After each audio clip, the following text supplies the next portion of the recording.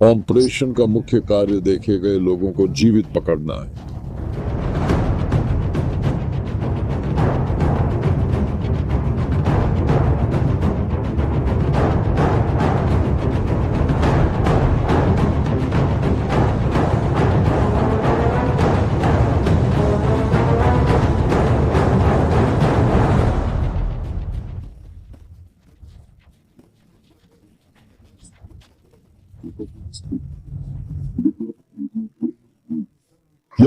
Video जो आप अभी देख रहे हैं असली है और इसे खुद यूक्रेन ने अगस्त 2024 में जारी किया था। ये एक सैन्य अभियान की नाटकीय तस्वीरें हैं से काले सागर की लहरों को तेज रफ्तार से चीरती हुई नावें, धमाके और यूक्रेनी सैनिक एक ऐसे इलाके में आगे बढ़ते हुए जो आकार में भले ही छोटा हो, लेकिन काले सागर के इस क्षेत्र को नियंत्रित करने वालों के लिए बहुत अहमियत रखता है।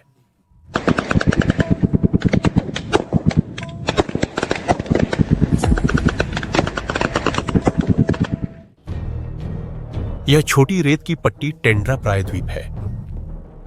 यह काले सागर में मात्र 8 वर्ग किमी का क्षेत्र है, लेकिन इसकी स्थिति अत्यंत महत्वपूर्ण है।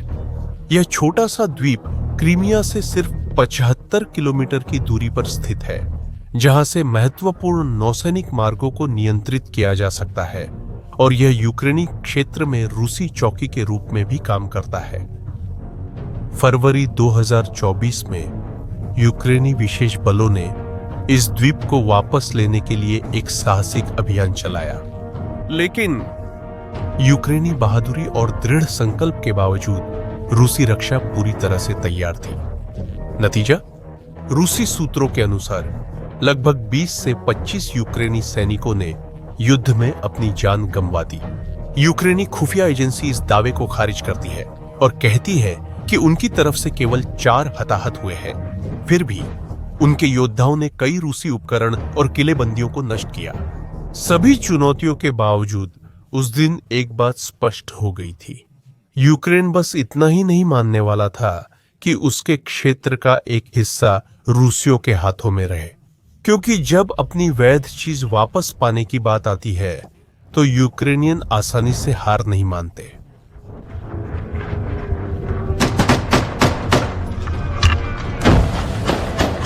वे फिर इकट्ठा होते हैं, बेहतर योजना बनाते हैं और मजबूत होकर वापस आते हैं।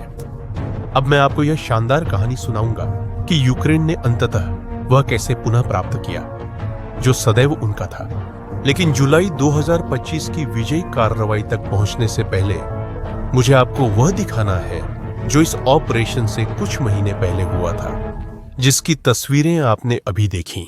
उसी साल फरवरी में यूक्रेन ने द्वीप पर अपनी पहली कार्रवाई की थी, परंतु उस वक्त शामिल सैनिक कोई साधारण सैन्य दल नहीं थे।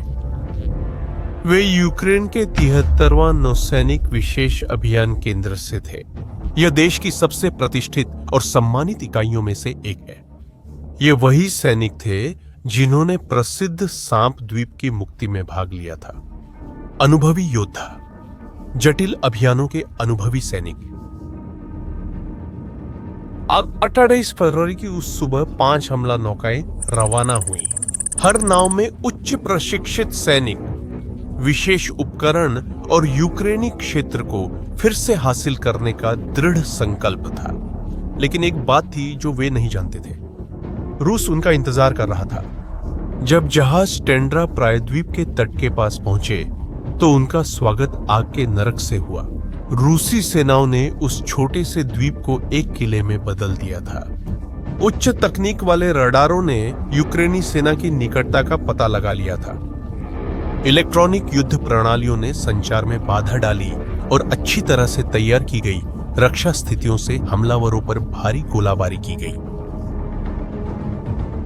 मेजर जनरल सेर्ही क्रिवोनोस, जो एक सम्मानित यूक्रेनी सैन्य अधिकारी हैं, ने इस अभियान की कड़ी आलोचना की। उन्होंने इस हमले को एक ऐसी चाल बताया जिसमें ठोस लक्ष्य हासिल किए बिना कीमती जानें चली गई, और वह बिल्कुल सही थे।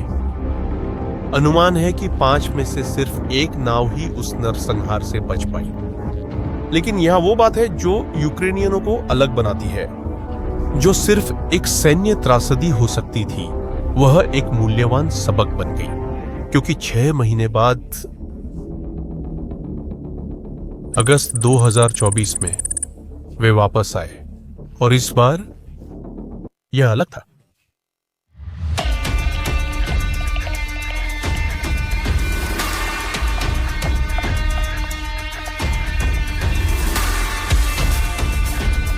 दूसरा, ऑपरेशन पूरी तरह से अलग तरीके से योजना बनाया गया था। यह फरवरी जैसा सीधा हमला नहीं, बल्कि एक तोड़ फोड़ वाला हमला होता है, तेज, सटीक और पहले से योजना बनाई गई वापसी के साथ।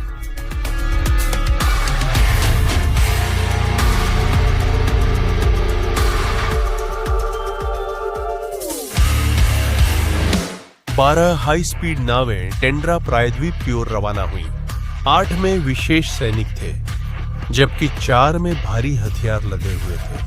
इस अभियान का नेतृत्व किया गया था HU सार्कोवास, यूक्रेन की मुख्य खुफिया निदेशालय, एक संगठन जो छाया में काम करना पसंद करता है। परिणाम प्रभावशाली थे।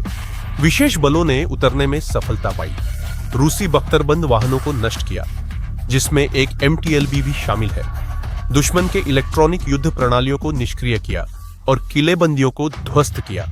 इसके बाद वे बस समुद्र में वापस गायब हो गए। रूस ने दावा किया कि उसने यूक्रेन की 12 में से 3 नौकाओं को नष्ट कर दिया, जिसका यूक्रेन ने खंडन किया। लेकिन इस बात से फर्क नहीं पड़ता कि हकीकत में नुकसान के बारे में कौन सच बोल रहा था। एक बात तो नकारा नहीं जा सकती थी, यूक्रेन ने टेंड्रा प्रायद्वीप सफल हमले से अपनी क्षमता साबित कर दी। परंतु एक समस्या थी, उन्होंने अभी तक द्वीप पर कब्जा नहीं किया था, परंतु तीसरा प्रयास निर्णायक होगा। और यहीं से कहानी एक दिलचस्प मोड़ लेती है, क्योंकि जुलाई 2025 के अंतिम अभियान को केवल यूक्रेनी सरकार ने ही वित्त पोषित नहीं किया था। इसका आंशिक रूप से वित्त पोषण खुद यूक्रेन की जनता ने किया था। एक परियोजना है जिसका नाम BAURCOS है, HU R के लिए। यह डायना पोडोलियानशुक चैरिटी फाउंडेशन की एक पहल है, जो आम नागरिकों को विशेष बलों के लिए सैन्य उपकरणों को वित्त पोषित करने की अनुमति देती है।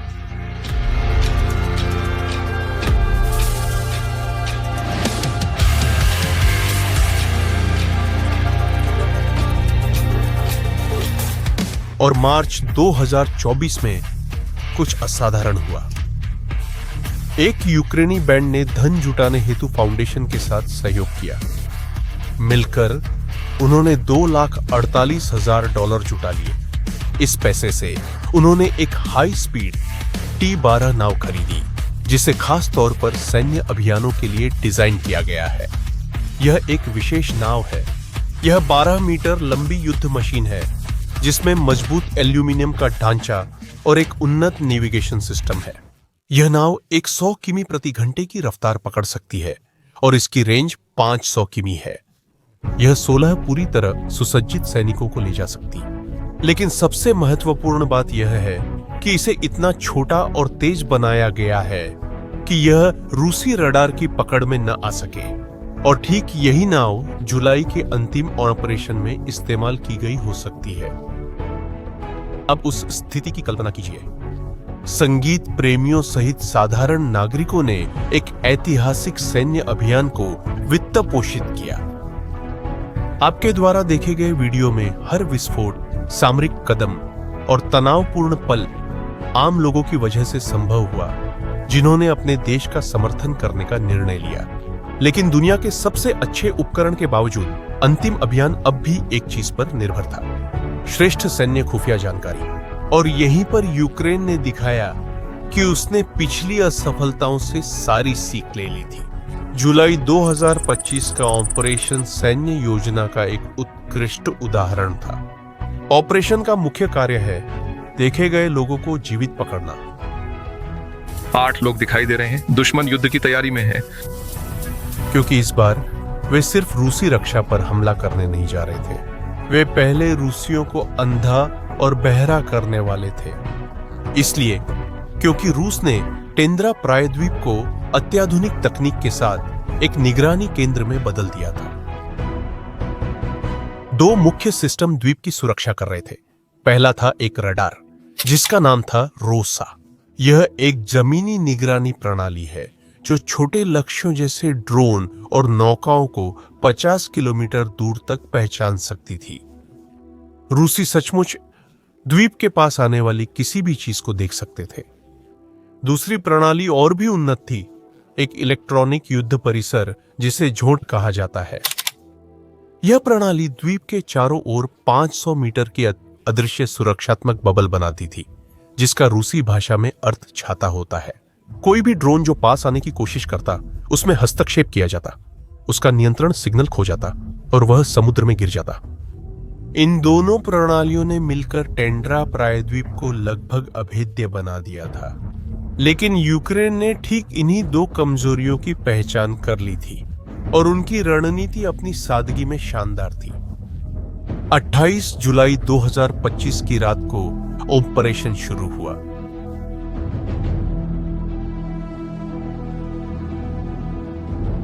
कमांडो, आप हमारे लिए नौसैनिक अभियानों के सक्रिय कार्रवाई विभाग के भीतर बोलिए। हमारा काम मिशन को पूरा करना और समन्वय करना है। टेंड्रा, अब हम अपनी जमीन पे हैं। यूक्रेनियन लौट रहे हैं और अपनी संपत्ति पुनः प्राप्त कर रहे हैं। यह ड्रोन से शुरू हुआ, लेकिन सैनिकों के साथ नहीं। यूक्रेनी मिसाइलों या ड्रोन ने सर्वप्रथम गुलाबी रडार को लक्षित किया। एक सटीक वार में रूसियों ने अपनी आंखें खो दी। अब वे द्वीप के आसपास की गतिविधियां नहीं देख पा रहे थे। इसके बाद सटीक हमलों ने झोंट सिस्टम को नष्ट कर दिया। अदृश्य सुरक्षा बुलबुला गायब हो गया। अब रूसी अंधे और बहरे हो गए थे। सिर्फ तब जब सुरक्षा व्यवस्था को निष्क्रिय कर दिया गया, हाई स्पीड बोट तट के पास आई। यूक्रेनी सैनिक एक ऐसे समुद्र तट पर उतरे जहां रूसी रक्षक उन्हें आते हुए नहीं देख सके। वे उनके हरकतों का पता नहीं लगा सके और न ही कोई प्रभावी रक्षा समन्वित कर सके। परिणाम रूसियों के लिए विनाशकारी और यूक्रेनियों के लिए एकदम सही रहा। अधिक जानकारी के लिए देखें, रूसी टुकड़ी को पूरी तरह से समाप्त कर दिया गया, कमांड पोस्ट नष्ट कर दिया गया, सैन्य उपकरणों को ध्वस्त कर दिया गया और फिर वह पल आया जिसका सभी को इंतजार था। एक यूक्रेनी सैनिक द्वीप के सबसे ऊंचे स्थान तक गया और यूक्रेन का नीला और पीला झंडा फहराया। 3 प्रयास, 2 असफलताएं और आखिरी जीत। सबसे प्रभावशाली बात के बारे में आप क्या जानना चाहेंगे? उस अंतिम ऑपरेशन में यूक्रेन का कोई भी सैनिक हताहत नहीं हुआ। जब सैनिक ने कैमरे से बात की तो उसके शब्दों ने पूरी तरह से जो हुआ था उसका सार बता दिया। अब हम यहां हैं, अपनी यूक्रेनी धरती पर। यूक्रेनियन लोग लौट रहे हैं और अपनी संपत्ति वापस पा रहे हैं। टेंड्रा प्रायद्वीप की पुनः प्राप्ति एक साधारण सामरिक जीत से कहीं अधिक महत्वपूर्ण है। व्लादिमीर पुतिन एक महत्वपूर्ण रणनीतिक दुविधा का सामना कर रहे हैं, जो उनके लिए एक बड़ी समस्या साबित हो रही है। उनके पास 2 विकल्प हैं, दोनों ही रूस के लिए भयावह हैं। पहला विकल्प है द्वीप को पुनः जीतने का प्रयास करना, लेकिन इसका मतलब है युद्ध के अन्य सक्रिय मोर्चों से सैनिकों और संसाधनों को हटाना। रूसी सेना डोनबास में हमले जारी रखने और सुमी में अपनी स्थिति बचाने के प्रयास में पहले से ही दबाव में है।